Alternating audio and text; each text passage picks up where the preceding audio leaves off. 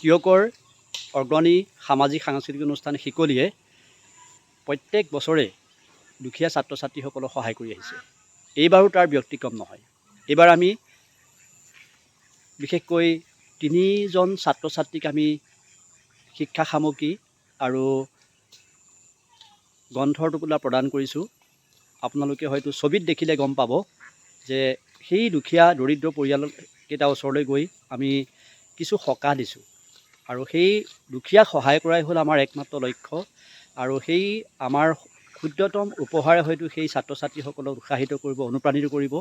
আমাৰ লক্ষ্য হ'ল যে দুখীয়াক আমি কেনেকৈ সহায় কৰি যাওঁ, সেয়ে হ'ল শিকলিৰ একমাত্ৰ লক্ষ্য আৰু উদ্দেশ্য।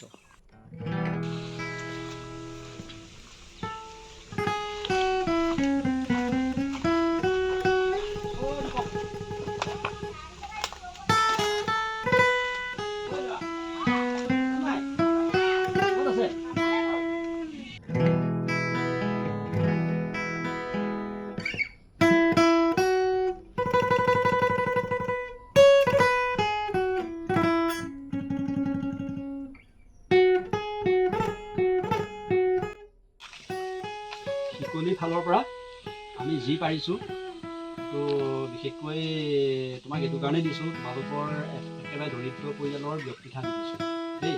ইয়াত কেইটকা কি দিছোঁ আমাৰ কথাটো নহয়, জাষ্ট মাত্ৰ আমি তোমাক এটাই উৎসাহ দিবলৈ আহিছোঁ যাতে অনাগত দিনতো মানে ভালকৈ পঢ়ি যাতে নাম কৰিব পৰা, সেইটোৱে আমাৰ লক্ষ্য।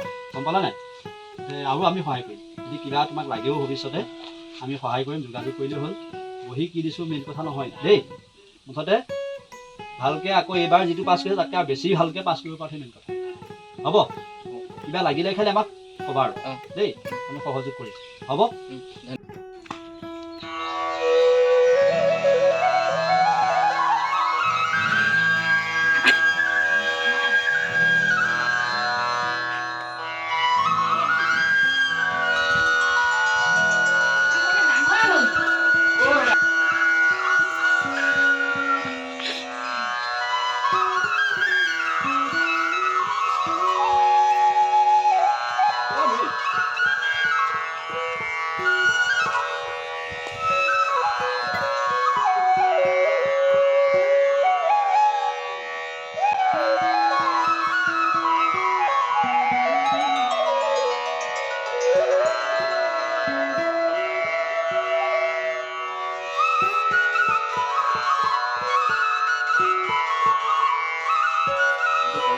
লিখিবৰ কাৰণে এই দুখন দিছোঁ পঢ়িবৰ কাৰণে দেই, সেই সিও যাতে পঢ়ে।